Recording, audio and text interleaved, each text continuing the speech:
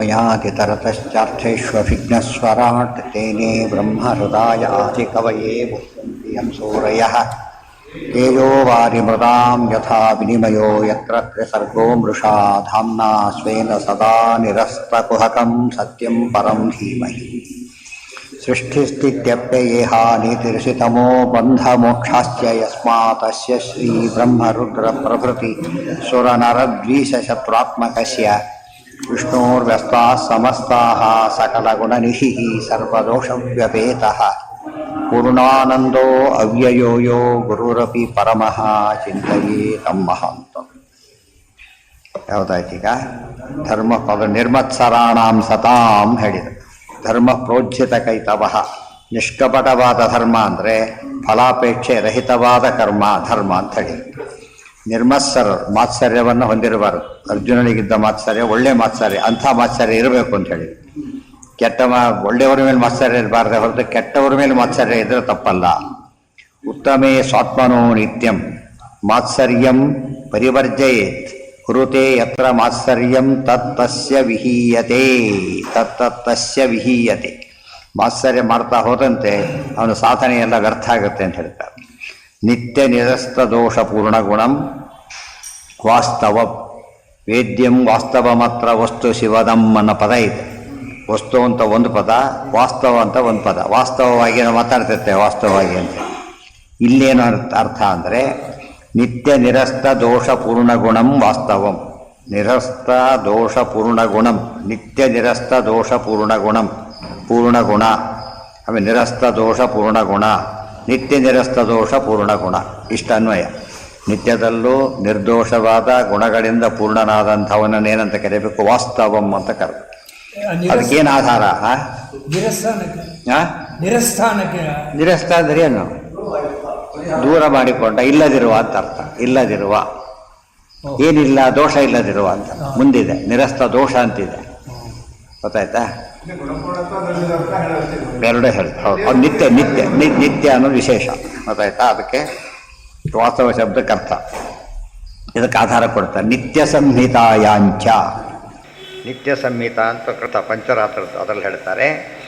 ನಿರಸ್ತಾಗಿ ಅದೇ ಪದ ಇಟ್ಟಿದ್ದು. ನಿರಸ್ತಾಖಿಲ ದೋಷಂ ಯದಾನಂದಾದಿ ಯದಾ ಆನಂದಾದಿ ಮಹಾಗುಣಂ ಸರ್ವದಾ ಪರಮಂ ಬ್ರಹ್ಮ ತಸ್ಮಾದ್ ವಾಸ್ತವಮೀಯತೆ. ನಿರಸ್ತ ಅಖಿಲ ದೋಷಂ ಯತ್ ಆನಂದಾದಿ ಮಹಾಗುಣಂ. ಯತ್ ಯಾವುದು? ಆನಂದಾದಿ ಮಹಾಗುಣಂ. ಶುದ್ಧಾನಂದವರು ಸಂವಿದ್ಯುತಿ ಬಲಬಹುಲೋದಾರ್ಯ ವೀರ್ಯಾದಿ ದೇಹಂ. ಅದಿಷ್ಟ ಆದಿ ಶಬ್ದದಿಂದ ತಗೊಳ್ಬೇಕು. ಸರ್ವದಾ ಪರಮಂ ಬ್ರಹ್ಮ, ಸರ್ವದಾ ಸರ್ವೋತ್ಕೃಷ್ಟವಾಗಿರತಕ್ಕಂಥ ಬ್ರಹ್ಮ ಇದ್ದಾನಲ್ಲ ಆತನನ್ನು ತಸ್ಮಾತ್ ವಾಸ್ತವಮೀಯತೆ ಇತಿ, ಅದನ್ನು ವಾಸ್ತವ ಅಂತ ಕರೀತಾರೆ. ವಸ್ತು ಅಪ್ರತಿಹತಂ ನಿತ್ಯಂಚ. ಮತ್ತು ವಸ್ತು ಅಂದ್ರೇನು? ಅಪ್ರತಿಹತಂ ನಿತ್ಯಂಚ. ಅಪ್ರತಿಹತ, ಪ್ರತಿಹತಿ, ಅಪ್ರತಿಹತಿ, ಅಪ್ರತಿಹತ. ಪ್ರತಿ ಇಲ್ಲವೇ ಇಲ್ಲ, ಅಪ್ರತಿಮಲ್ಲ ಅಂತೀವಲ್ಲ ಹಾಗೆ. ಇನ್ನೊಂದು ವಸ್ತು ಅಂಥದ್ದಿಲ್ಲ ಅಂತ ಅರ್ಥ. ಅಪ್ರತಿಹತ ಏಕಮೇವಾದ್ವಿತೀಯಂ. ಅದು ನಿತ್ಯಂಚ, ಅದು ಕೂಡ ನಿತ್ಯದಲ್ಲೇ ಇರಬೇಕು. ಒಂದು ಕಾಲಕ್ಕಿದ್ರು ಆಮೇಲೆ ಬಂದರು ಅಂತ ಆಗಬಾರ್ದು. ಅದಕ್ಕಾಗಿ ಸ್ಕಾಂದೇಚ ಇದಕ್ಕೆ ಪ್ರಮಾಣ. ಮತ್ತೆ ಹೌದು ಹೌದು, ತಗೊಳ್ಳೇಬೇಕು. ಇದು ಈ ಅರ್ಥನೇ ತಗೋಬೇಕು. ಇವೆಲ್ಲ ಆಚಾರ ಕೊಟ್ಟ ಅರ್ಥಗಳೇ ಅದಕ್ಕೆ. ವಸನಾದ್ ವಾಸನಾದ್ ವಸ್ತು ನಿತ್ಯ ಅಪ್ರತಿಹತಂ ಯತಃ ವಾಸೇನೇದಂ ಯತಸ್ತುನ್ನಂ ಅತಃ ತದ್ಬ್ರಹ್ಮ ಶಬ್ದತೆ ಇತಿ. ವಸನಾತ್ ವಾಸನಾದ್ ವಸ್ತು, ವಸನಾದ್ ವಸ್ತು, ವಾಸನಾದ್ ವಸ್ತು. ವಸನಾತ್ ಎಲ್ಲ ಕಡೆ, ವಾಸನ ಇರಿಸೋದು, ತಾನಿರೋದು ಇರಿಸೋದು, ಎರಡಕ್ಕೂ ಅವಕಾಶ ಕೊಡೋದು. ನಿತ್ಯ ಅಪ್ರತಿಹತಂ ಯತಃ, ನಿತ್ಯದಲ್ಲೂ ಕೂಡ ಅಪ್ರತಿಹತವಾಗಿರತಕ್ಕಂಥ ವಸ್ತು. ವಾಸೇನ ಇದಂ ಯತಸ್ತುನ್ನಂ. ತುನ್ನಂ ಅಂದ್ರೇನು? ನುನ್ನ ತುನ್ನ ಎಲ್ಲ ಕೂಡ ಏನವೆಲ್ಲ ಕೂಡ ಪರ್ಯಾಯ ಪದಗಳು. ಪ್ರೇರಿತ ಅಂತ ಅರ್ಥ.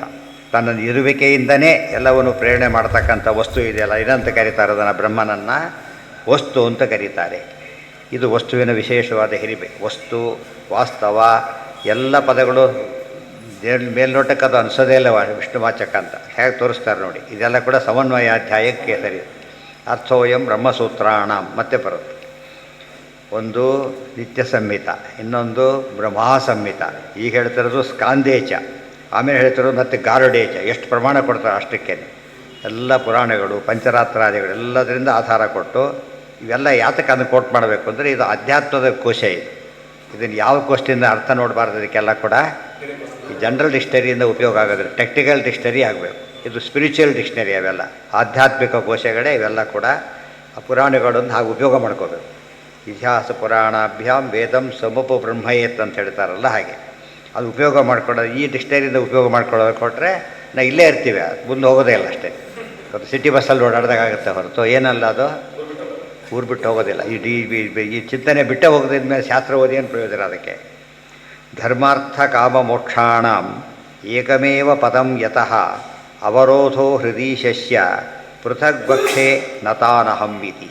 ಅಲ್ಲೇನಿದೆ ಅಲಮಲ್ಪ ಕಾಸ್ತೆ ಮುಂದೆ ಹೇಳ್ತಾರೆ ನೋಡಿ. ಕಿಮ್ಮಾ ಪರೈರೀಶ್ವರ. ಉಡು ತೊಗೊಂಡು ಏನು ಮಾಡ್ತೀರಿ ಅಂದರು. ಉಡು ತೊಗೊಂಡು ಏನು ಅಂದರೆ ಏನು?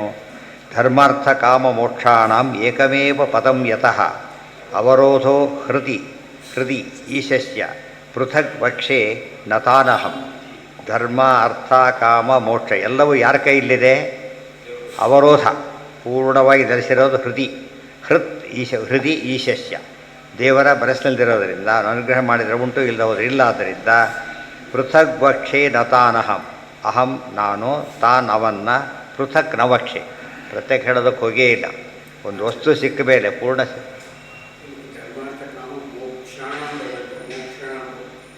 ಮೋಕ್ಷಣಾಮೇ ತಪ್ಪಾಗಿದೆ, ಮೋಕ್ಷ ದೀರ್ಘ ಬರಬೇಕು. ಮೋಕ್ಷಾಣಾಂ ಏಕಮೇವಂ ಪದಂ ಯತಃ, ಏಕಮೇವ ಪದಂ ಯತಃ ಅವರೋಧೋ ಹೃತಿ ಈಶಸ್ಯ ಪೃಥಗ್ವಕ್ಷೇ ನತಾನಹಂ. ಒಂದು ವಸ್ತು ಮೂಲ ಕೊಟ್ಟ ಮೇಲೆ ಇನ್ಯಾವುದು ಪ್ರತ್ಯೇಕ ಕೊಡಬೇಕಾಗಿ ಎಲ್ಲ ಬಂದೋಯ್ತು ಅದರಲ್ಲಿ. ಸೊ ಅದಕ್ಕೆ ಅಂತ ಹೇಳಿದರೆ ಏಕ ದೇವರು ಒಬ್ಬನ ಹಿಡಿದ್ರೆ ಎಲ್ಲ ಕೆಲಸ, ಒಬ್ಬನ ಹಿಡಿದ್ರೆ ಎಲ್ಲ ಕೆಲಸ ಆಗುತ್ತೆ ಅಂತ ಹೇಳೋದಾದರೆ ದೇವರನ್ನು, ಒಬ್ಬನ ತಿಳಿದ್ರೆ ಎಲ್ಲ ತಿಳಿದಾಗುತ್ತೆ ಅಂತ ಹೇಳಿದರೆ ದೇವರನ್ನು. ಏಕಮ್ಮಲ್ಲಿ ಎಲ್ಲದಕ್ಕೂ ಅರ್ಥ ಒಂದೇ ಉತ್ತರ, ಎಲ್ಲದಕ್ಕೂ ಒಂದೇ. ಹಾಂ, ಸದ್ಯ ಶಬ್ದ ಯಾವುದಕ್ಕೆ ಯಾಕೆ ಹೇಳಲಿಲ್ಲ? ಇವು ದೇವರು ಒಲ್ದ ಮೇಲೆ ಇನ್ಯಾವ ಏನು ಪುರುಷಾರ್ಥ ಬೇಕು? ಎಂಡದು ಇನ್ನೇನು ಹೇಳಬೇಕಾಗಿಲ್ಲ. ಅದಕ್ಕೆ ಇನ್ನೇನು ಹೇಳಿದ್ರು ಮತ್ತೆ ಹೇಳ್ತಾ ಹೋಗಿ ಕೊಡ್ಬೇಕಾದ್ರೆ ಊಟ ಎಲ್ಲ ಬಂದೋಯ್ತು ಅದರಲ್ಲಿ. ಊಟ ಅಂತ ಹೇಳಿದರೆ ಇವೇ ರೀತಿ ತಿಂಡಿ ಅಂದರೆ ತಿಂಡಿ ಬೇಕಾದ ಮಾತ್ರ ಬರುತ್ತೆ, ಊಟದ ಪದಾರ್ಥ ಬರಲ್ಲ ಅದರಲ್ಲಿ. ಗೊತ್ತಾಯ್ತಾ? ಊಟದಲ್ಲಿ ತಿಂಡಿ ಎಲ್ಲ ಸೇರಿಬಿಡುತ್ತೆ, ಅದು ಸೇರೋದಿಲ್ಲ. ಒಂದೊಂದೇ ನೀರು ಏನು ಕೇಳಬೇಕಾ ಎಲ್ಲ ಇದೆ. ಆ ಥರ ಏಕ ಒಂದು ಹೆಸರು ಹೇಳ್ಬಿಟ್ಟು ಎಲ್ಲ ಬರುತ್ತೆ ಅಂದರೆ ಏನದು? ದೇವರು ಎಲ್ಲ ಕೊಡೋನವನೇ. ಒಂದು ತಿಳಿದ್ರೆ ಎಲ್ಲ ಅವನೊಬ್ಬನ ತರ ಎಲ್ಲ ತಿಳಿದಾಗೂ ಆಗುತ್ತೆ, ಒಬ್ಬನಿಗೆ ಕೊಟ್ಟು ಎಲ್ಲರಿಗೂ ಕೊಟ್ಟು ಹಾಗಾಗತ್ತೆ. ಮತ್ತೆ ಹರಿರ್ಯತ್ರ ಗೃಹೇ ಪುಂಕ್ತೆ ತತ್ರ ಪುಂಕ್ತೆ ಜಗತ್ರಯ. ದೇವ ಮಾಡಿ ದೇವರಿಗೆ ಒಂದೇ. ಮುಟ್ಟಿದ್ದು ಎಷ್ಟು ಜನಕ್ಕದು?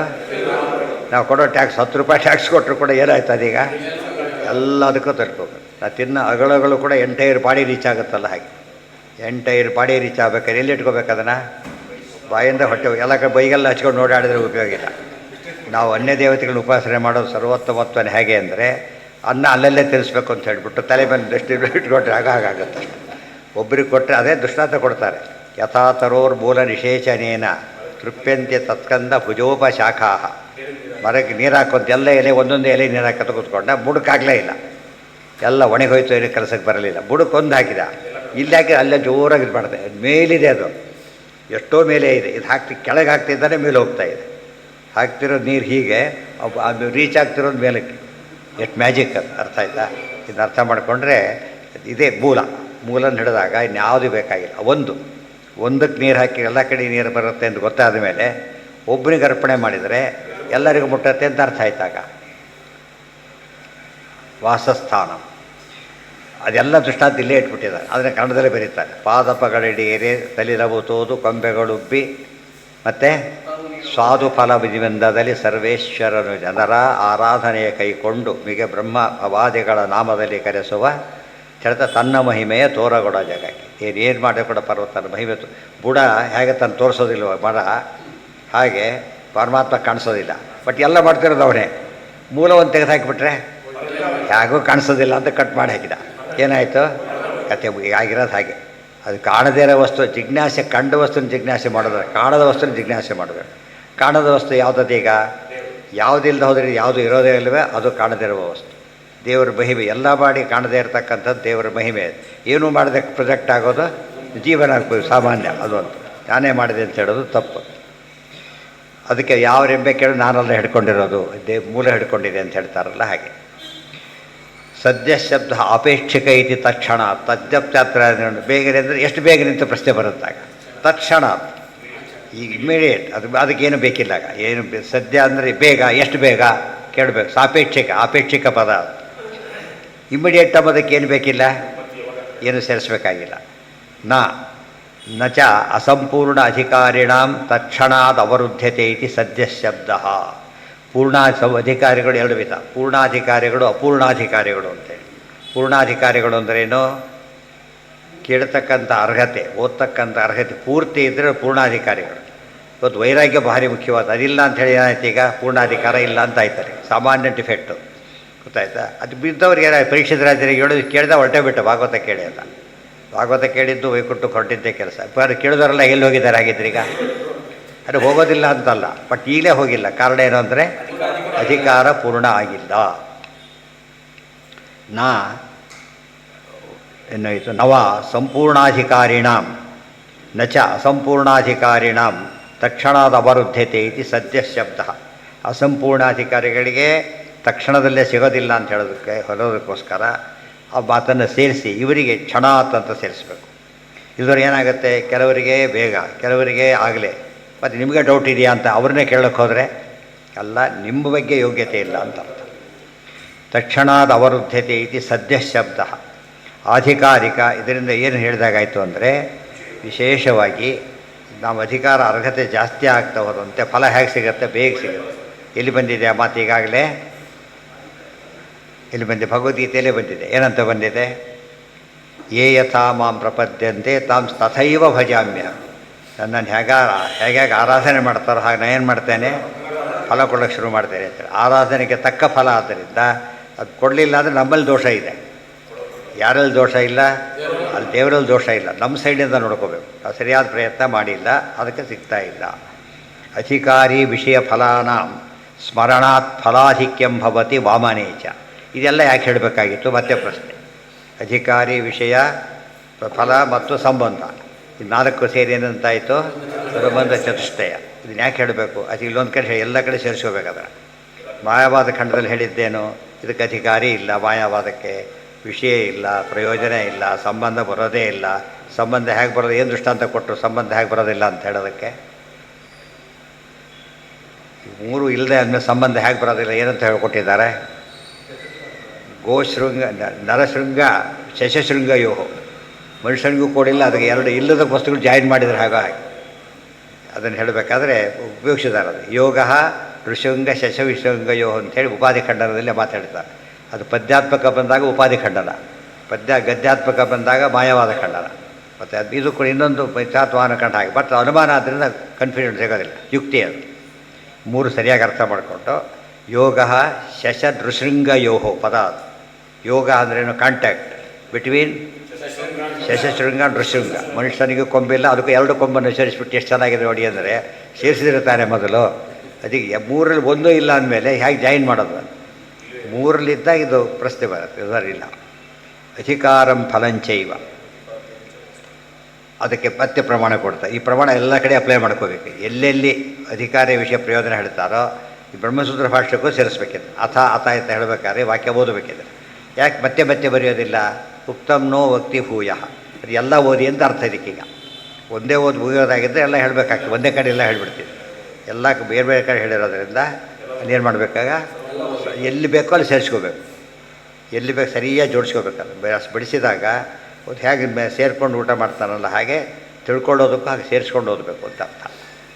ಅಧಿಕಾರಂ ಫಲಂಚೈವ ಪ್ರತಿಪಾದ್ಯ ಉಕ್ತ ವಾಮನ ಪುರಾಣದ ಮಾತು ಹೇಳ್ತಾರೆ. ಅಧಿಕಾರಂ ಫಲಂಚೈವ ಪ್ರತಿಪಾದ್ಯಂಚ ವಸ್ತು ಯತ್ ಸ್ಮೃತ್ವಾ ಪ್ರಾರಭತೋ ಗ್ರಂಥಂ ಕರೋತೀಶೋ ಮಹತ್ಫಲಂ ಇತಿ. ಅಧಿಕಾರಂ ಫಲಂಚೈವ ಪ್ರತಿಪಾದ್ಯಂಚ ವಸ್ತು ಯತ್. ಅಧಿಕಾರಂ ಅಧಿಕಾರಿ, ಫಲಂ ಪ್ರಯೋಜನ, ಪ್ರತಿಪಾದ್ಯ ವಸ್ತು ಅಂದರೆ ವಿಷಯ. ಸ್ಮೃತ್ವ ಇದು ನೆನಪಿನಲ್ಲಿ ಇಟ್ಟುಕೊಂಡು ಯಾರು ಗ್ರಂಥವನ್ನು ಓದ್ತಾರೆ ಅವರಿಗೆ ಫಲ ಸಿಗುತ್ತೆ, ಇಲ್ಲದವರೆ ಫಲ ಸಿಗೋದಿಲ್ಲ. ಇದೆಲ್ಲ ಮಿನಿಮಮ್. ಬೇರೆ ಎಲ್ಲ ಮತಗಳು ಏನಾದರೂ ಬೇಗ ಇಲ್ಲೇ ಹೋಗ್ಬಿಡುತ್ತೆ. ಅಧಿಕಾರಿ ವಿಷಯ ಪ್ರಯೋಜನ ಫಲ ಮೂರರಲ್ಲಿ ಒಂದು ಸಿಗೋದಿಲ್ಲ. ಆದ್ದರಿಂದ ಅದು ಕಂಟಿನ್ಯೂ ಓದೋ ಪ್ರಸಂಗನೇ ಬರೋದಿಲ್ಲ. ಅರ್ಥ ಆಯ್ತಾ? ಇದು ವೆರಿ ಇಂಪಾರ್ಟೆಂಟ್. ಇದರಲ್ಲೇ ಸೋತು ಬಿಡ್ತಾರೆ. ಮಾಯಾವಾದ ಖಂಡ ಬರೆದಿದ್ದ ಹಾಗೆ ಈ ಡೆಫಿನೇಷನಲ್ಲೇ ಹೋಗಿಬಿಡುತ್ತೆ ನಿಮ್ಮ ಗ್ರಂಥಗಳು ಅಂತ. ಅನುಬಂಧ ಚತುಷ್ಟಯ ಕಾನ್ಸೆಪ್ಟ್ ಇದ್ದ ತಕ್ಷಣ ನಿಮ್ಮ ಗ್ರಂಥ ಓದೋ ಪ್ರಸಂಗನೇ ಬರೋದಿಲ್ಲ ಅಂತ ಹೇಳಿಬಿಟ್ಟು. ಅರ್ಥ ಆಯ್ತಾ?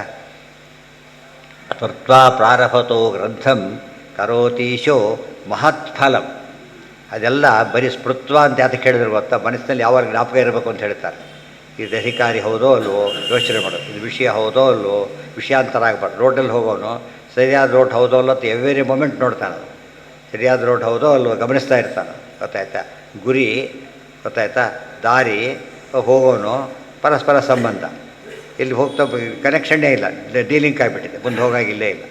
ಸಂಬಂಧ ಇರಬೇಕು, ಪ್ರತಿ ಸರ್ತಿಯೂ ಗಮನ ಇರಬೇಕು.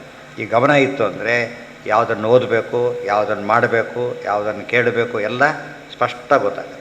ಬೇರೆ ಔಟ್ ಆಫ್ ಸಿಲೆಬಸ್ ಅಂತ ತಕ್ಷಣ ಬಿಟ್ಬಿಡ್ತಾನಲ್ಲ, ಹಾಗೆ ನಾವು ಅದನ್ನು ಇವತ್ತು ಔಟ್ ಆಫ್ ಸಿಲೆಬಸ್ಸಲ್ಲಿ ಫುಲ್ ಓದ್ತಿರೋದು ಅದನ್ನೇ. ಸಿಲೆಬಸ್ಸಲ್ಲಿ ಒಂದು ಅಂಶನೂ ಅದರಲ್ಲಿಲ್ಲ. ನೀವು ಪಾಸಾಗೋ ಚಾನ್ಸೂ ಇಲ್ಲ. ನೀನು ಹೋಗಿ ಬರೆಯೋದು ಇಲ್ಲ, ಬರೋದೇ ಪಾಸು ಆಗೋದಿಲ್ಲ.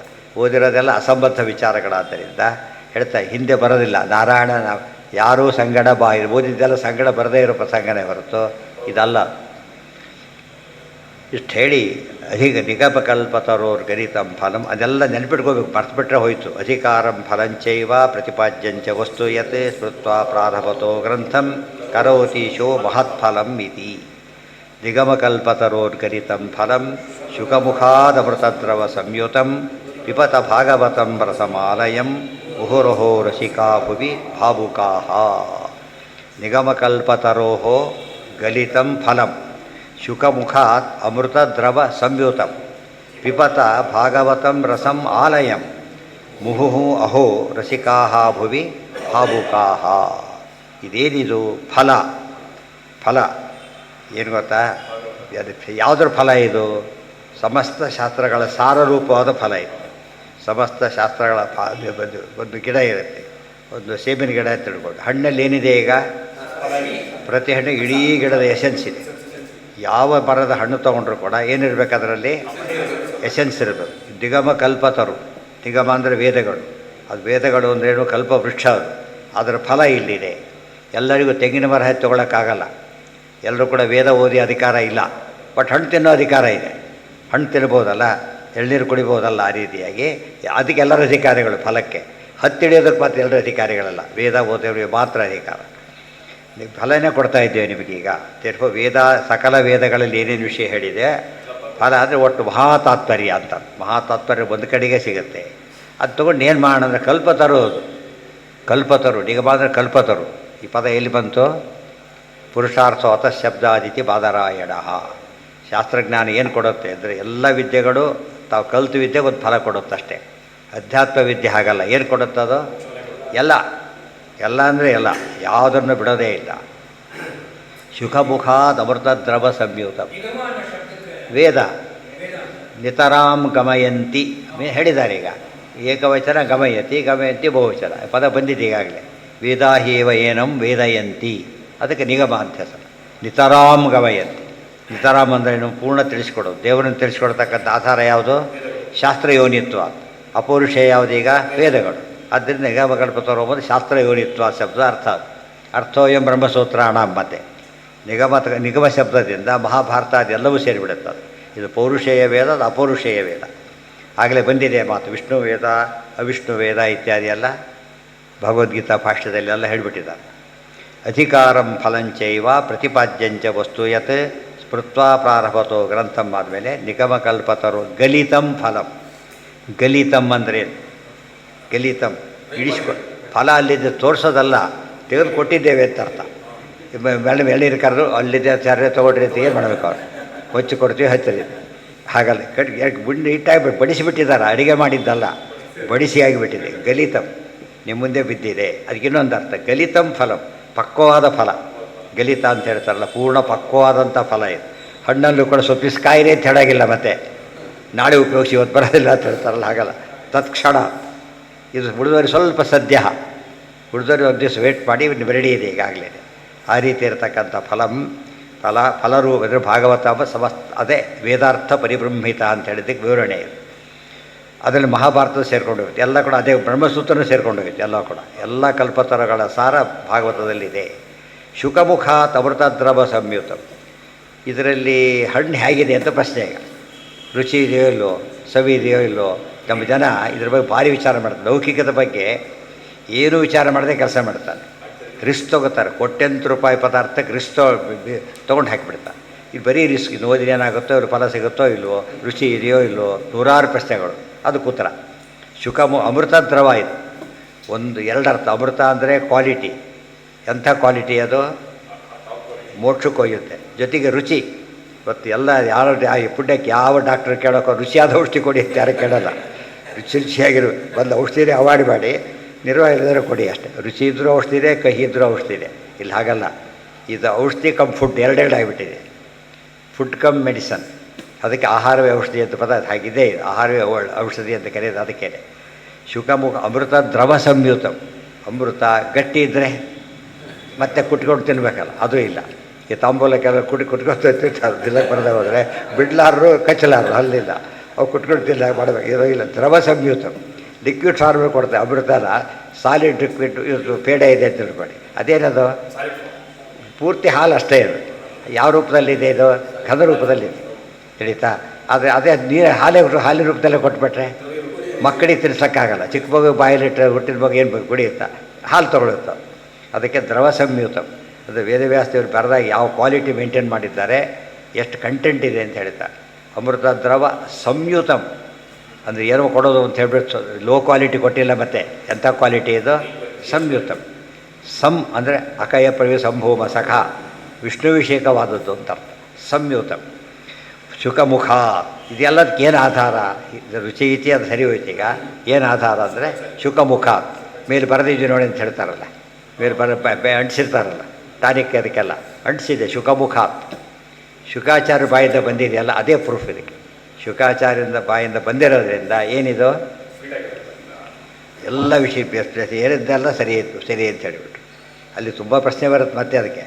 ಈ ಹಣ್ಣು ತೊಗೊಂಡ್ರೆ ಹಣ್ಣನ್ನು ನಾವು ತಿಂದೇನೆ ಭಾರಿ ರುಚಿ ಇದೆ ಅಂತ ಹೇಳ್ಬೇಕಾದ್ರೆ ಟೆಸ್ಟ್ ಏನು ಅಂದರೆ ಗಿಡಿ ಕಚ್ಚಿದರೆ ರುಚಿ ಇರಲೇಬೇಕು ಅಂತ. ಗಿಡಿ ಕಚ್ಚಿದರೆ ಭಾರಿ ರುಚಿ ಇರಬೇಕು. ಶುಕಮುಖ ಇದು ಶ್ಲೇಷಾಲಂಕಾರ. ಶುಕ ಅಂದರೆ ಶುಕಮುನಿ ಅಂತ ಒಂದರ್ಥ, ಗಿಡಿ ಅಂತ ಇನ್ನೊಂದು ಅರ್ಥ. ಆ ದೃಷ್ಟಿಯಿಂದ ಶುಕಮುಖಾದ ಅಮೃತ ದ್ರವ ಸಂಯುಕ್ತ. ಶುಕಾಚಾರ್ಯ ಬಾಯಿಂದ ಬಂದಿರೋದ್ರಿಂದ ಅವ್ರು ಟೇಸ್ಟ್ ನೋಡಿದ್ದಾರೆ ಅಂತ ಅರ್ಥ. ಅವ್ರು ಯಾಕೆ ನಮಗೆ ಅಥಾರಿಟಿ ಅಂದರೆ ಕಾಲಕೋಟ ವಿಷಯ ಟೇಸ್ಟ್ ನೋಡಿದ್ದವರೇ. ಅದು ಭಾರಿ ಡೇಂಜರಸ್ ಗೊತ್ತಾಗಿದ್ದು ಯಾವಾಗ? ನೀಲಕಂಠನಾಗಿ ಡೇಂಜರಸ್ ತೋರಿಸಿದ್ರು. ಶುಕಾಚಾರ್ಯಗೆ ಇದು ಭಾರಿ ಅಮೃತ ಅಂತ ಹೇಳ್ತಾರೆ. ಕುಡಿದ್ಬಿಟ್ಟಿದ್ದೆ. ಅವ್ರು ಕುಡಿದ್ಮೇಲೆ ಇನ್ನು ಯೋಚನೆ ಇಲ್ಲ. ಟೆಸ್ಟೆಡ್. ಶುಕಾಚಾರ್ಯ ಬಾಯಿಂದ ಬಂತು ಅಂದರೆ ಟೆಸ್ಟೆಡ್. ಯಾಕೆ ಕಾಂಪಿಟೆಂಟ್. ವಾಯುದೇವರದ ಗ್ಯಾರಂಟಿ ಇಲ್ಲ. ಯಾತಕ್ಕೆ? ಎಲ್ಲದೂ ರುಚಿ ಎಲ್ಲ ಜೀರ್ಣ ಮಾಡ್ಕೊಂಡ್ಬಿಡ್ತಾರೆ. ಅವ್ರು ಏನು ಮಾಡ್ತಾರೆ? ಇದು ಕಹಿ, ಇದು ಸಿಹಿ ಅಂತೆಲ್ಲ ಹೇಳಿ ಅದು ಎಲ್ಲ ದೇಶ ಮಾಡ್ಕೊಂಡ್ರೆ ಏನು ಲೆಕ್ಕ ಇಲ್ಲ. ಇವ್ರಿಗೆ ಹಾಗಲ್ಲ, ಎರಡು ಬೇಕೀಗ. ನೀಲಕಂಠರಾದರು. ನೀಲಕಂಠರ ಬಹಳ ಸ್ವಾರಸ್ಯ. ಕಂಠದಲ್ಲಿ ಏನಿದೆ? ನೀಲಿ ಇದೆ. ನೀಲ ಏನದು? ವಿಷ. ಆದರೆ ಹೃದಯದಲ್ಲಿ ಅಮೃತ ಇದೆ. ಅವರು ಹೃದಯದಲ್ಲಿ ಅಮೃತ ಇದೆ, ಕಂಠದಲ್ಲಿ ವಿಷ ಇದೆ. ಅಂದರೆ ಪಾಶುಪತ ಶಾಸ್ತ್ರ ಎಲ್ಲ ಕಂಠ ಅಪಾತದ ಬಾಯಿಂದ ಬಂದಿದ್ದಷ್ಟೇ. ಬಾಯಿಂದ ಕರೆದ್ರು ಮನಸ್ಸಲ್ಲಿ ಇದ್ದಿಲ್ಲ ಅಂತ ಹೇಳೋದಿಲ್ಲ. ಏನೋ ಬಾಯಿ ಮಾತು ಹೇಳ್ತೀರಿ ಅಂತೇಳಿ. ಬಾಯಿ ಮಾತು ಹೇಳಿದ್ದು ಪಾಶುಪತ, ಹೃತ್ಪೂರ್ವಕ ಹೇಳಿದ್ದು ಭಾಗವತ. ಆದ್ದರಿಂದ ಪಾಶುಪತ ಕೊಟ್ಟವರು ಅವರೇ, ಭಾಗವತ ಕೊಟ್ಟವರು ಅವರೇ. ಆದರೆ ವ್ಯತ್ಯಾಸ ಇದೆ. ಪಾಶುಪತವನ್ನು ಏನಂತ ಕೊಟ್ಟರು? ಬಾಯಿ ಮಾತಲೆ ಕರೆದಿದ್ದಷ್ಟೇ. ಹೃದಯ ಅಲ್ಲ, ಅದು ಒಳಗಿರ್ತಕ್ಕಂಥದ್ದೇನೋ ಅಮೃತ. ಅದು ಅಮೃತ ಹೇಳೋದಿಲ್ಲ. ಹಾಲಿನಂಥ ಮನಸ್ಸು ಹಾಗೆಲ್ಲ ಹೇಳ್ತಾರೆ. ಸೊ ಮನಸ್ಸು ಭಾರಿ ಸರಿ ಇದೆ. ಅವ್ರಿಗೆ ದೋಷ ಬಂದಿಲ್ಲ. ಅಪಾರ್ಥ ಮಾಡ್ಕೊಂಡವ್ರಿಗೆ ದೋಷ ಬಂತ ಹೊರತು ಅವ್ರಿಗೆ ದೋಷ ಬರಲಿಲ್ಲ. ಯಾಕೆ? ಮನಸ್ಸು ಸರಿ ಇದೆ. ಕೆಲವು ಸತ್ಯ ಹಾಲು ದುರ್ಯೋಧನ ಕೊಟ್ಟ ಹಾಲು ರುಚಿ ಇತ್ತು, ಒಳಗೆ ವಿಷ ಇತ್ತು. ಗೊತ್ತಾಯ್ತಾ? ಬಾಯಲ್ಲಿ ಕೊಟ್ಟಿದ್ದೇನೋ ಅವನು ಹಾಲು, ಒಳಗೆ ಇದ್ದಿದ್ದು ವಿಷ ಆ್ಯಕ್ಚುಲಿ. ಇದು ಉಲ್ಟಾ ಪಡ್ತಾ ಇದೆ. ಅದೇ ಒಂದು ಸರಿಯಾಗಿ ಅರ್ಥ ಮಾಡ್ಕೊತಾ ಹೊರಟ್ರೆ ಎಷ್ಟು ವ್ಯಾಪಕವಾಗಿ ಬೆಳೀತಾ ಹೋಗುತ್ತೆ. ಅದಕ್ಕೆ ಮತ್ತೆ ಮತ್ತೆ ಕೇಳಿ ಅಂತ ಹೇಳೋದು. ಒಂದು ಸತಿಗೆಲ್ಲ ಸಾಧ್ಯ ಇಲ್ಲ. ಮತ್ತೆ ಮತ್ತೆ ಕೆಡ್ತಾ ಹೋದಷ್ಟು ಕೂಡ ಹೊಸ ತುಂಬ ಸತಿ ಓಡಾಡಿರ್ತಾರಲ್ಲ, ಎಲ್ಲ ಮಾತಾಡ್ಕೋವಾಗ ಹೋಗ್ಬಿಡ್ತಾರೆ ಆ ಕಡೆಗೆ. ಹೊಸದಾಗಿ ಪ್ರತಿ ಹೆಜ್ಜೆ ಕಡೆಗೆ ಬಂತ ಅಂತ ಕೇಳ್ತಿರೋದು. ಎಷ್ಟೋ ಜನ ಡ್ರೈವರ್ ಇರ್ತಾರಲ್ಲ, ಡ್ರೈವರ್ಗಳು ಮತ್ತು ಆಮೇಲೆ ಎಲ್ಲೋ ಡ್ರೈವರ್ ಮಾಡ್ತಾ ಮನೆ ಬಂದುಬಿಟ್ಟಿರ್ತಾರೆ. ಹಾಗೆ ನಮಗೆ ಅಭ್ಯಾಸ ಆದಮೇಲೆ ಏನು ಹುಡುಗ ಪ್ರಸಂಗ ಬರೋದಿಲ್ಲ. ಮೊದಲು ಏನು ಪ್ರತಿ ಹೆಜ್ಜೆ ಇದಾ ನೋಡ್ತಾ ಹೋಗ್ತಾರೆ. ಅದಕ್ಕೆ ಮತ್ತೆ ಮತ್ತೆ ಕೇಳ್ತಿರ್ಬೇಕು. ಪಿಬತ ಭಾಗವತಂ ರಸಮಾಲಯಂ. ಇದು ಹಣ್ಣಿದು, ಇದನ್ನು ನೀವೇನು ಮಾಡಬೇಕು? ಕುಡೀರಿ ಅಂತ ಹೇಳ್ತಾ. ಕುಡಿಬೇಕಿದಿಲ್ಲ. ರಸ ಆದ್ದರಿಂದ ಕುಡಿಬೇಕು ಅಂತ ಹೇಳಿದ. ಕುಡಿಬೇಕು ಅಂದರೆ ಏನು? ಕುಡಿಬೇಕು ಅಂದರೆ ಇದನ್ನು ಕುಡಿಯೋಷ್ಟು ಹಣ್ಣನ್ನು ಕುಡಿಯೋಷ್ಟು ಅಗಿಬೇಕು. ಆಮೇಲೆ ನುಂಗ್ಲಕ್ಕೆ ಬರೋದು. ಹಾಗೆ ನುಂಗ್ಲಕ್ಕೆ ಬರೋದಿಲ್ಲ. ಅದಕ್ಕೊಂದು ಮಾತು ಭಾಳ ಚೆನ್ನಾಗಿದೆ. ಯಾವಾಗಲೂ ಕೂಡ ಒಂದು eat the liquids and drink the solids ಅಂತ ಒಂದು ಮಾತಿದೆ. ಒಳ್ಳೆ ಮಾತು, ಒಳ್ಳೆ ಕಾವ್ಯಮಯವಾದ ಮಾತದು. ಸಾಲಿಡ್ರನ್ನ ಏನು ಮಾಡೋಕ್ಕೆ, ನೀವು ಕುಡಿಬೇಕು ಅಂದ್ರೆ ಏನು, ಅಷ್ಟು ಅಗಿಬೇಕು ಅಂತ ಅರ್ಥ. ಗೊತ್ತಾಯ್ತಾ? ನೀರನ್ನು ಅಗಿಬೇಕು ಅಂದರೆ ಅರ್ಥ ಏನು? ಅಗಿಬೇಕು ಅಂದರೆ ತುಂಬ ನೀರು ಕುಡ್ಲಿಕ್ಕೆ ಬರೋ ಸುಮ್ಮನೆ ಗಟ ಎಮ್ಮೆ ಕುಡ್ದಾಗ ಕುಡಿದ್ಬಿಡ್ತಾರೆ, ಕುಡಿಬಾರ್ದು. ನೀರು ಕುಡಿಯೋದು ಆಲ್ಟ್, ಅದು ಶಾಸ್ತ್ರ ಪ್ರಕಾರ ಹೇಳ್ತಾರೆ. ಆ ಎತ್ತಿ ಒಟ್ಟಿಗೆ ಕುಡಿಬಾರ್ದು. ಗೊತ್ತಾಯ್ತಾ? ಹೇಗೆ ಕುಡಿಬೇಕಾದ್ರೆ ಸಿಪ್ ಬೈ ಸಿಪ್. ಕಾಫಿ ಕುಡ್ದಾಗ ನೀರು ಕುಡಿಬೇಕು. ಕಾಫಿ ಕುಡಿದಾಗ ಕಾಫಿ ಕುಡಿಬೇಕು ಅಂತ ಅರ್ಥ ಅಲ್ಲ, ಕಾಫಿ ಕುಡ್ದಾಗ ನೀರು ಕುಡಿಬೇಕು. ಕಾಫಿನ ಯಾರು ಘಟಕದ್ದು ಕುಡ್ದವ್ರು ನೋಡಿದ್ದೀರಾ? ಇಲ್ಲ, ಕುಡ್ದೆ ಅದು ಕುಡ್ಯಕ್ಕೆ ಬರಲ್ಲ ಅಂತಾರೆ. ನೀರನ್ನು ಹಾಕಿ ಕುಡಿಬೇಕು. ಅವಾಗ ಏನಾಗುತ್ತೆ ಗೊತ್ತಾ, ಎಷ್ಟು ಬೇಕು ಅಷ್ಟು ಮಾತ್ರ ತೊಗೊಳುತ್ತೆ. ಇದು ಸ್ವಲ್ಪ್ಲೆಸ್ ಆಗಿಬಿಡುತ್ತಲ್ಲ, ವೇಸ್ಟ್ ಅದು. ಗೊತ್ತಾಯ್ತಾ? ಕಡಿಮೆನೂ ಆಗೋದಿಲ್ಲ, ಎಷ್ಟು ಬೇಕು ಅಷ್ಟು ಮಾತ್ರ ತೊಗೊಳ್ಳೋದು. ಆ್ಯಕ್ಚುಲಿ ನಿಮಗೆ ಸರಿಯಾಗಿ ನೋಡಬೇಕು. ಆಟಗಾರರು ಇರ್ತಾರಲ್ಲ, ಅವ್ರು ನೀರು ಕುಡಿಬೇಕಾದ್ರೆ ಬಾಟೆ ಹೊಡೆದು ಚೂರೇ ಕುಡಿತಾರೋ, ಎಲ್ಲ ಕುಡಿದ್ರೆ ಅಲ್ಲಿ ಬಾಟೆ ಇಳಿಸಿ ಬೇರೆ ಇದು ಕೊಡಬೇಕಾಗುತ್ತೆ. ಅದೇ ಆಲ್ಟ್ ಅದು. ನಮ್ಗೆ ಎಲ್ಲದರಲ್ಲೂ ನಮಗೆ ಎಜುಕೇಷನ್ನೇ ಇಲ್ಲ. ಕುಡಿ ಅಂದರೆ ಕುಡಿ, ತಿನ್ನೋ ಅಂದರೆ ತಿನ್ನೋ, ಬರೀ ತಿನ್ನೋ ಅಷ್ಟೇ. ಹಾಗೆಲ್ಲ ಮಾಡಬಾರ್ದು. ಮೆಥಡ್ ಇದೆ. ಸಿಪ್ ಬೈ ಸಿಪ್ ಕುಡಿದಾಗ ಕರೆಕ್ಟಾಗಿ ಬಿಟ್ಟುತ್ತೆ, ಎಷ್ಟು ಬೇಕೋ ಅಷ್ಟೇ. ಜಾಸ್ತಿ ತೊಗೊಳೋದಿಲ್ಲ ಅದು. ಕಡಿಮೆ ಇನ್ನೂ ಸ್ವಲ್ಪ ಬೇಕು ಅಂತ ಹೇಳುತ್ತಾಗ ಇಲ್ಲ, ಚಾರ್ಜಲ್ಲಿ ಉದ್ದಕ್ಕಾಗಿರೋ ಬೇಕು ಅಂತ ಹೇಳಿ ಟೈಮೇ ಇಲ್ಲ ಅದಕ್ಕೆ, ನುಂಗಿ ಹಾಕ್ಬಿಡ್ತಾರೆ. ಹಾಗೆ ಇದು ನಾವು ಪೆಟ್ರೋಲಿಗೆ ಸುರಿತಾ ಆ ಥರ ಸುರಿದ್ಬಿಟ್ರೆ ಸುರಿಬಾರ್ದು. ಹಾಗೆಲ್ಲ ಅಂದರೆ ನಮ್ಮ ದೇಹಕ್ಕೆ ಏನೇನು ಬೇಕು ಅಂತ ಅದು ಹೇಳುತ್ತೆ. ಗೊತ್ತಾಯ್ತಾ? ಎಷ್ಟು ನೀರು ಬೇಕು ಅಷ್ಟೇ. ಆ ರೀತಿ ಮಾಡಿದಷ್ಟು ಹೋದರೆ ಫಸ್ಟ್ ಕ್ಲಾಸ್ ಆಗಿರುತ್ತೆ. ಊಟನೂ ಹಾಗೇನೆ. ಒಂದು ಗವೊಬ್ಬ ತಿಂದುಬಿಟ್ರೆ ಗೊತ್ತಾಗಲ್ಲ, ಸರಿಯಾಗಿ ಇದು ಸಾಕು ಅನಿಸ್ಬಿಡುತ್ತೆ, ಸಾಕು. ಹೇಗೆ ಉಳಿದೆಲ್ಲ ಎಕ್ಸ್ಟ್ರಾ, ಅದು ನೀರು ಎಕ್ಸ್ಟ್ರಾ ಕುಡಿದಾಗೆ ಅನ್ನನೂ ಜಾಸ್ತಿ ತಿಂದುಬಿಟ್ರೆ ಏನಾಗುತ್ತೆ, ಡಂಪ್ ಆಗುತ್ತೆ. ಡಂಪ್ ಆಗಿಬಿಟ್ಟು ಅದು ಏನಾಗುತ್ತೆ, ಬರ್ತಾ ಒಳಗೆ ಕೊಳೆಯುತ್ತೆ. ಹೊರಗಿಟ್ರೆ ಕೊಡೆಯೋದು ನಮಗೆ ಗೊತ್ತಲ್ಲ, ಒಳಗಿಟ್ಟರೂ ಕೊಳೆಯುತ್ತೆ. ಕೊಡ್ತಾ ಅದು ಟಾಕ್ಸಿನ್ ಆಗುತ್ತೆ. ಆ ಟಾಕ್ಸಿಕ್ ಎಫೆಕ್ಟ್ ಕ್ರಿಯೇಟ್ ಮಾಡಿ ದೇಹ ಆರೋಗ್ಯ ಕೆಟ್ಟು ಹೋಗಿಬಿಡುತ್ತೆ. ಸೊ ಅದು ಹೇಳುತ್ತೆ ದೇಹ ಎಷ್ಟು ತಿನ್ಬೇಕು ಎಷ್ಟು ಬಿಡಬೇಕು ಅಂತೇಳಿ. ಅದಕ್ಕೇ ಅದು ಚೆನ್ನಾಗಿ ಅಗತ್ತಿಂದಾಗ ಏನಾಗುತ್ತೆ, ಸಾಕೋಬೇಕು ಕರೆಕ್ಟಾಗಿ ಹೇಳುತ್ತೆ. ಅಧಿಕಾರಂ ಫಲಂಚೈವ. ಇದಕ್ಕೆ ಹೊಸ ತಿಳ್ಕೊಬೇಕಾದ್ರೆ ಎಷ್ಟು ವಿಷಯ ಬೇಕಾಗುತ್ತೆ. ಶುಕಮುಖಾದ ಅಮೃತ ದ್ರವ ಸಂಯುತಂ ಪಿಬತ ಭಾಗವತಂ ರಸಮಾಲಯಂ. ಅವರು ಕಾಲಕೂಟ ವಿಷ ಕುಡಿದು ಸ್ವತಃ ತಾವು ಮೂರ್ಛಿತರ. ಏನಾಯ್ತು? ಕಾಲಕೂಟ ವಿಷ ಕುಡಿದಾಗ ಬಿದ್ದರು. ಮತ್ತು ಯಾರ್ಯಾರು ತೊಗೊಂಡ್ರೆ ಎಲ್ಲರೂ ಇದಾದ್ರು, ಅವರೆಲ್ಲ ವಯಸ್ಸವರು ಸತ್ತು ಹೋಗ್ತಾರೆ. ಅದಾಯ್ತು. ಅಮೃತ ಹಾಗಲ್ಲ. ಶುಕಾಚಾರ್ಯ ಇವತ್ತು ಆರಾಮಾಗಿರ್ತಾರೆ, ಎಲ್ಲೂ ಕಪ್ಪು ಗಿಪ್ಪು ಏನಿಲ್ಲ ಅದರಲ್ಲಿ. ಯಾಕೆಂದರೆ ಆರಾಮಾಗಿ ತೆಡ್ಕೊತ ಓಡಾಡ್ತಿದ್ದಾರೆ ಅಂದಮೇಲೆ ಇದು ಸೇಫ್, ಇದು ಬೆಸ್ಟ್ ಅಂತ ಆಯಿತು. ಶುಕಮುಖಾದ ಅಮೃತ ದ್ರವ ಸಂಯುತಂ ಪಿಬತ ಭಾಗವತಂ ರಸಮಾಲಯಂ. ಪಿಬತ ಭಾಗವತಂ ರಸಮಾಲಯಂ. ಸುಮ್ಮನೆ ಭಾಗವತ ರಸವನ್ನು ಕುಡೀರಿ, ರಸವನ್ನು ಕುಡೀರಿ. ಹಣ್ಣಿನ ರಸ ಕುಡೀರಿ ಅಂತ, ಜ್ಯೂಸ್ ಕಾನ್ಸೆಪ್ಟ್. ಕುಡೀರಿ ಅದನ್ನು. ಎಲ್ಲಿವರೆಗೂ ಕುಡಿಬೇಕು ಅಂತ ಪ್ರಶ್ನೆ. ಔಷಧಿ ತೊಗೋಬೇಕಾದ್ರೆ ಹೇಳ್ತಾರೆ ವಾರ 15 ದಿವಸ ಅಂತ ಹೇಳ್ತಾ ಬರ್ತಾರೆ. ಇದು ಆಲಯಂ, ಕೊನೆವರೆಗೂ ಕುಡೀರಿ ಅಂತೇಳಿ. ಟಿಲ್ ಯುವರ್ ಡೆತ್ ಅಂತ ಅರ್ಥ. ಅಂದರೆ ಸಾಯವರೆಗೂ ಭಾಗವತ ಕೇಳಿ. ಅಷ್ಟೇ ಅಲ್ಲ, ಆಲಯಂ ಅಜ್ಞಾನದಯಾಗವರೆಗೂ ಕೇಳಿ. ಮತ್ತು ಆಲಯಂ ಮೋಕ್ಷಕ್ಕೆ ಹೋಗೋವರೆಗೂ ಕೇಳಿ. ಆಲಯ ಮೋಕ್ಷದಲ್ಲೂ ಕೇಳಿ. ಆ ಮದಕ್ಕೆ ಅಭಿವ್ಯಾಪ್ಯ ಅಂದರೆ ಅಪ್ ಟು ಮತ್ತು ಇನ್ಕ್ಲೂಡೆಡ್ ಎರಡು ಅರ್ಥ ಇದೆ. ಆ ಶಬ್ದಕ್ಕೆ ಎರಡು ಅರ್ಥ ಇರೋದ್ರಿಂದ ಮೋಕ್ಷದಲ್ಲೂ ಟೆಕ್ಸ್ಟ್ ಬುಕ್ಸ್ ಇವೆಲ್ಲ ಮತ್ತೆ ಅಂದರೆ ಓದ್ತಿರೋದು ಮೋಕ್ಷದಲ್ಲೂ ಓದಬೇಕಾದ ಗ್ರಂಥಗಳಿವು. ಇಲ್ಲೇ ಓದೋದಿಲ್ಲ ಮೋಕ್ಷಕ್ಕೆ ಏನು ಹೋಗ್ತಾನೆ, ಅಷ್ಟು ಅರ್ಥ ಬರೀತಾರೆ. ನೋಡೋದಕ್ಕೆ ಸುಮ್ಮನೆ ಅದು ಗಂಡ ಕಾಣುತ್ತೆ. ಒಂದು ಕಡೆ ಕಾವ್ಯ ಶಾಸ್ತ್ರ ಎಲ್ಲ ಸೇರಿಸ್ಬಿಟ್ಟಿದ್ದಾರೆ. ಪಿಬತ ಭಾಗವತಂ ರಸಮಾಲಯಂ. ರಸ ಕುಡಿಬೇಕಾದ್ರೆ ಏನು ಮಾಡಬೇಕು? ಯಾವಾಗಲೂ ಆವೃತ್ತಿ ರಸಕೃತೋಪದೇಶ ಬ್ರಹ್ಮಸೂತ್ರ ಅರ್ಥೋಯಂ ಬ್ರಹ್ಮಸೂತ್ರಾಣ ಆವೃತ್ತಿ ಮಾಡ್ತಾ ಹೋಗಬೇಕು. ಗೊತ್ತು ಕುಡಿಬೇಕು. ಸ್ವಲ್ಪ ಕುಡಿದಾಗ ಅದು ರುಚಿ ಗೊತ್ತಾಗುತ್ತೆ, ಸ್ವಾರಸ್ಯ ಗೊತ್ತಾಗುತ್ತೆ. ಅದು ಬಿಟ್ಟುಬಿಟ್ಟು ಸುಮ್ಮನೆ ಕುಡಿದು ಉಪಯೋಗಕ್ಕೆ ಬರೋದಿಲ್ಲ. ಮೆಕ್ಯಾನಿಕಲಿ ಕೇಳೋದು, ಎಲ್ಲೋ ಕೇಳಿದಾಗ ಇದ್ದಕ್ಕೆ ತಗೊಂಬೋದು. ಕೃಷ್ಣ ಗೋವಿಂದ ಜ್ವರಕ್ಕೆ ಹೋಗಿಬಿಡೋದು. ಭಾರಿ ಕೇಳ್ತಿದ್ದ ಮಗ. ಸುಳ್ಳು ಅದೆಲ್ಲ. ಕಣ್ಣಲ್ಲಿ ನೀರು ಸುರಿಸೋದು ಎಲ್ಲ ನಾಟಕ ಆಗೋದು. ಸಹಜವಾಗಿ ಬಂದರೆ ತಪ್ಪಲ್ಲ, ಆರ್ಟಿಫಿಷಿಯಲ್ ಬರಬಾರ್ದು. 25 ಆಗೋಯ್ತಾ? ಸರಿ. ರಸಮಾಲಯಂ ಅದು ಕುಡಿತಾ ಇರ್ಬೋದು ನಾಳೆವರೆಗೂ. ಮುಹುರಹೋ ರಸಿಕಾ ಭುವಿ ಭಾವುಕಾಹ. ಅದು ಹುಷಾರು. ಆ ರಸಗ್ರಹಣ ಸಾಮರ್ಥ್ಯ, ರಸಿಕರಾಗಬೇಕು. ರಸಿಕರು ಅಂದರೆ ಈ ರಸಿಕರಲ್ಲ, ಈ ಕಾವ್ಯಸರ್ಗ ರಸಿಕರಲ್ಲ.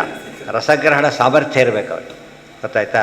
ರಸ ಅಂದರೆ ಯಾರು? ವಿಷ್ಣು ಭಕ್ತರಾಗಿರಬೇಕು ಅಂತ, ವೈಷ್ಣವರಾಗಿರಬೇಕು. ಉಳಿದವರಿಗೆ ಹೆಚ್ಚಾಗೋದಿಲ್ಲ. ಈ ಕಣ್ಣಿಲ್ದವ್ರಿಗೆ ಏನು ಟಿ ವಿ ತೋರಿಸಿದ್ದೆ ಕಣ್ಣೇ ಇಲ್ಲ ಅವನಿಗೆ. ಹಾಗಾಗಬಾರ್ದು. ಇದು ಎಲ್ಲಿ ಕುಡಿಬೇಕು? ಆ ಬಿಡಿ ಭಾಳ ಚೆನ್ನಾಗಿದೆ, ಆಮೇಲೆ ಕುಡಿತೀವಿ. ಭುವಿ ಇಲ್ಲಿ ಕುಡಿಬೇಕು. ಭೂಲೋಕದಲ್ಲಿ ಕುಡಿದ್ರೆ ಮೇಲೆ ಹೋಗ್ತೀರಾ ಹೊರತು ಎಲ್ಲ ಟಿಕೆಟ್ ಅಲ್ಲಿ ಹೋಗ್ಲೇ ತೊಗೋತೀವಿ, ಇಳಿದ್ಮೇಲೆ ತೊಗೋತೀರಾ ಟಿಕೆಟ್ನ? ಯಾವಾಗ ತೊಗೋಬೇಕು ಟಿಕೆಟ್ನ? ಮೊದಲೇ ಇಲ್ಲಿ ತೊಗೋಬೇಕು. ಬಿದ್ದರೆ ಭೂಲೋಕ ಟಿಕೆಟ್ ಕೊಡೋ ಲೋಕ ಇದು, ಟಿಕೆಟ್ ಕೌಂಟರ್ ಆದ್ದರಿಂದ ಎಲ್ಲೂ ಕೂಡ ಏನು ಮಾಡೋಂಗಿಲ್ಲ, ಎಲ್ಲೆಲ್ಲ ಟಿಕೆಟ್ ಸಿಗೋದು ಇಲ್ಲೇ ತೊಗೊಂಡು ಹೋಗ್ಬೇಕು. ಇಲ್ಲಿ ಇವರು ಟಿಕೆಟ್ ಲೆಸ್ಸಾಗಿ ಓಡಾಡ್ಬಿಟ್ರೆ ಅಲ್ಲಿ ಮುಂದೆ ಹೋಗೋ ಚಾನ್ಸೇ ಇಲ್ಲ. ಟಿಕೆಟ್ ಇಲ್ಲದೆ ಜಾಗಕ್ಕೆ ಇವತ್ತು ಫ್ರೀಯಾಗಿ ಕರ್ಕೊಂಡು ಹೋಗೋದು ಯಾವುದು ಚಾರ್ಜ್ ಇಲ್ದಾರೆ ಜೈಲಿಗೆ ಅಷ್ಟೇ. ಜೈಲಿಗೆ ಅವ್ರದ್ದೇ ವೆಹಿಕಲ್ ಕರ್ಕೊಂಡು ಹೋಗ್ತಾರೆ, ಅಲ್ಲಿಗೆ ಹೋಗ್ಬೇಕಾಗತ್ತೆ ಅಷ್ಟೇ. ಅರ್ಧೆಲ್ಲ ಮಾಡಬಾರ್ದು. ಇದಕ್ಕೆಲ್ಲ ದುಡ್ಡು ಕೊಟ್ಟು ಹೋಗ್ಬೇಕು. ಕೆಲವು ಕಳ್ಳ ಒಂದು ಹೇಳ್ಕೊಬೋದು ಅಷ್ಟೇ. ನಾನು ವೆಹಿಕಲ್ ಓಡೋದೇ ಕೊನೆ ಜನ್ಮದಲ್ಲಿ ಕಾರ್ ಹತ್ತಿಬಿಟ್ಟೆ ಅಂತ ಹೇಳಿದ್ರೆ ಆಗೋ ಹಾಗೆ. ಅದು ಪೊಲೀಸ್ ಕಾರ್ ಹತ್ತಿ ಏನು ಉಪಯೋಗ ಅದರಿಂದ ಆಗೋದಿಲ್ಲ. ಯಾರಿದು? ಭಾವುಕಾಹ ಭಕ್ತಾಹ. ಭಾವೋ ಭಕ್ತಿ ಸಮುದ್ದಿಷ್ಟ ಮುಂದೆ ಹೇಳ್ತಾರೆ. ಭಾವ ಅಂದರೆ ಭಾವ ಇರೋರು ಭಾವುಕರು. ಇವತ್ತು ಭಾವುಕರು ಏನರ್ಥ ನಮ್ಮ ಪ್ರಕಾರ? Emotional follower. ಭಾವುಕರು ಪಾಪ ಏನೋ ಹೇಳ್ಕೊಂಡು ಹೋಗ್ತಾರೆ, ತಲೆ ಕೆಡಿಸ್ಕೋಬಾರ್ದು. ಅವ್ರು ತಲೆ ಕೆಡಿಸ್ಕೊಂಡು ಹೇಳ್ತಾರೆ, ನೀವೇ ಕೆಡಿಸ್ಕೋಬೇಕು ಅಂತ ಅರ್ಥ ಅಲ್ಲ. ಭಕ್ತಿ ಇರೋರು ಕೇಳಬೇಕು, ಉಳಿದವ್ರು ಕೇಳಿದರೆ ಉಪಯೋಗ ಇಲ್ಲ. ಭಾಷೆ ಬರ್ತಿದ್ದವನು ಒಂದು ವಾಕ್ಯ ಓದಿದ್ರೆ ಅರ್ಥ ಆಗುತ್ತೆ ಅವನಿಗೆ. ಭಾಷೆ ಬಂದರೆ ಹೇಗೆ ವಾಕ್ಯ ಅರ್ಥ ಆಗುತ್ತೋ, ಭಾವ ಇದ್ದರೆ ವೇದವ್ಯಾಸರ ಭಾವ ಗೊತ್ತಾಗುತ್ತೆ. ಈ ಭಾವ ಎರಡು ಸಿಂಕ್ರನೈಸ್ ಆಗುತ್ತೆ, ಎರಡು ಕೂಡ ಸೇರಿದಾಗ ಏನಾಗುತ್ತೆ, ಅದು ಟ್ಯೂನ್ ಆಗಿಬಿಟ್ಟು ಅರ್ಥ ಕೊಡುತ್ತೆ. ಇಲ್ಲ ಯಾವುದೋ ಪದ ಎಲ್ಲೇ ಸೇರಿಸಿದ್ರೆ ಅರ್ಥ ಕೊಡುತ್ತೆ. ಆದ್ದರಿಂದ ಭುವಿ ಭಾವುಕಾಹ. ಇವೆಲ್ಲ ಪ್ರೋಷ್ಪದಿಯಲ್ಲಿ ಹೇಳೋಕ್ಕಾಗತ್ತೆ, ಅವೆಲ್ಲ ಯೋಚನೆ ಮಾಡಿ ಹೇಳಕ್ಕೆ ಹೋದರೆ ಒಂದು ಇಡೀ 15 ದಿವಸ ಅದು ಆಗುತ್ತೆ. ಅದಕ್ಕೆ ಯಾವ ವಿಸ್ತಾರವಾಗಿ ಅದೆಲ್ಲ ಯಾತಕ್ಕೆ ಕೇಳೋದು ಅಂದರೆ ಅಭಿರುಚಿ ಬರಲಿಕ್ಕೆ, ಕಂಟೆಂಟ್ ನೋಡ್ಲಿಕ್ಕೆ. ಅದು ಡೀಟೇಲ್ಸ್ ನೋಡ್ಬೇಕಾದ್ರೆ ಪ್ರತಿ ಪದ ನೋಡಬೇಕು. ಅದಕ್ಕೆ ಹೇಳ್ತಾರೆ ಶ್ಲೋಕಾರ್ಧಂ ಶ್ಲೋಕಪಾದಮ್ಮ. ಶ್ಲೋಕಾರ್ಧ ಶ್ಲೋಕ ಕೇಳಿ ಅಂದರೆ ಆಗೋದು ಅಷ್ಟೇ ಸರಿಯಾಗಿ ಹೇಳಿದರೆ ಅಂತ ಅರ್ಥ. ಶ್ಲೋಕಪಾದನೇ ಆಗುತ್ತೆ, ಪೂರ್ತಿ ಆಗೋದೇ ಇಲ್ಲ ಅಂಥ ಗ್ರಂಥಗಳು. ಪೂರ್ಣ ಮುಗಿಯೋದಿಲ್ಲ. ಹಾಂ, ಅದೇ ಹೇಳಿ. ಅದು ಆ ಶ್ಲೋಕಪಾದ ಪೂರ್ತಿ ಆಯ್ತು ಅಷ್ಟೇ. ಶ್ಲೋಕ ಪೂರ್ತಿ, ಅದು ಪೂರ್ತಿ ಹೇಗೂ ಆಗೋದಿಲ್ಲ ಅಂದಮೇಲೆ ಒಂದನ್ನು ಪೂರ್ತಿ ಮಾಡಿದರೆ ಆಯಿತು. ನಿಗಮಕಲ್ಪತರೋರ್ಗರಿತಂ ಫಲಂ ಶುಕಮುಖಾದಮೃತದ್ರವ ಸಂಯುತಂ ಪಿಬತ ಭಾಗವತಂ ರಸಮಾಲಯಂ ಮುಹುರ್ಹೋ ರಸಿಕಾ ಭುವಿ ಮುಹುಹು. ಆವೃತ್ತಿ ಮಾಡಿ ಮತ್ತೆ ಮತ್ತೆ, ಒಂದು ಸರ್ತಿ ಅಲ್ಲ ಮತ್ತೆ ಮತ್ತೆ ಕುಡಿತಾ ಇರಿ. ಅಹೋ ರಸಿಕಾ ಭುವಿ ಭಾವುಕ. ಅಹೋ ಹೇಗೆ ಹೇಳ್ತಾರೆ, ಅಹೋ ಅಂತ ಸಂಬೋಧನೆ ಮಾಡ್ತಾರೆ. ಆಚಾರ್ಯ ಮಾತಿದೆಯಲ್ಲ, ಶೃಣುತಾಮಲ ಸತ್ಯವಚ ಪರಮಂ ಶಪತೇರಿತ ಮುಚ್ಚಿತ ಬಾಹುಮ್ಯದಾಗೆ ಅಹೋ ಕೇಳಿ ಅಂಥೇಳಿ ಡೈರೆಕ್ಟ್ ಇನ್ವಿಟೇಷನ್ ಕೊಡ್ತಿದ್ದಾರೆ. ಭುವಿ ಭಾವುಕಾಹ. ಅಲ್ಲಿಗೆ ನಾಳೆ ದಿವಸ ಏನು ಅಂತ ಮುಂದೆ ಹೇಳ್ತಾರೆ ನೋಡೋಣ. ಅದೆಲ್ಲ ಓದ್ಕೊಂಡು ಬಂದರೆ ಚೆನ್ನಾಗಿ ಅರ್ಥ ಆಗುತ್ತೆ. ಹಾಂ, ಈ ಎಲ್ಲದು ಹೇಳ್ತಿದ್ದೀನಿ, ಪ್ರತಿಯೊಂದು ವಿಶೇಷತೆ ಮತ್ತೆ ಹೇಳ್ತಾರೆ. ಈ ನಮಗೊಂದು ವಿಷಯ ಅರ್ಥ ಆಗುತ್ತೆ. ಭಾಗವತವನ್ನು ನಿಗಮಕಲ್ಪ ತರುವಿನ ಇದು ಅಂತ ಹೇಳಿದ್ರಿಂದಾನೆ ಸ್ಕಂದ ಅಂತ ಅದಕ್ಕೆ ಇಟ್ಟರು ಗೊತ್ತಾಗುತ್ತೆ. ಸ್ಕಂದ ಅಂದ್ರೇನು? ಕೌಲ ರೆಂಬೆಗಳು ಅಂತ ಅರ್ಥ. 12 ರೆಂಬೆಗಳ ಪರ್ವತ ವೃಕ್ಷ, 12 ಮಹಾಭಾರತವನ್ನು ಇಕ್ಷುದಂಡ, ಕಬ್ಬಿನ ಕೋಲು ಅಂತ ಕರೀತಾರೆ. ಕಬ್ಬಿನದಕ್ಕೆ ಪರ್ವ ಅಂತ ಕರೆಯೋದು, ಗಿಣ್ಣು ಅಂತ ಕರೀತಾರಲ್ಲ, ಅದಕ್ಕೆ ಪರ್ವ ಅಂತ ಹೆಸರಿಟ್ಟಿದ್ದಾರೆ. ಹೆಸರಿಡಬೇಕಾದ್ರೂ ಕೂಡ ಹೇಗಿದೆ ಅದು ಮ್ಯಾಚಿಂಗ್, ಗೊತ್ತಾಯ್ತಾ? ಆ ಅರ್ಥದಲ್ಲಿ ಸ್ಕಂದ ಅಂತ ಯಾತಕ್ಕೆ ಹೇಳಿದರು ಅಂತ ಕೇಳಿದರೆ, ನಿಗಮ ಕಲ್ಪತರುವಿನ ಸ್ಕಂದವಾಗಿದ್ದಕ್ಕೆ ಒಂದು ಭಾಗ ಇದೆ. 12 ಕವಲುಗಳ ವಿಶೇಷವಾದ ಕಲ್ಪವೃಕ್ಷ, ಅದರ ರಿಫ್ಲೆಕ್ಟ್ ಆಗಿ ಬಂದಿರತಕ್ಕಂಥದ್ದು ಭಾಗವತ.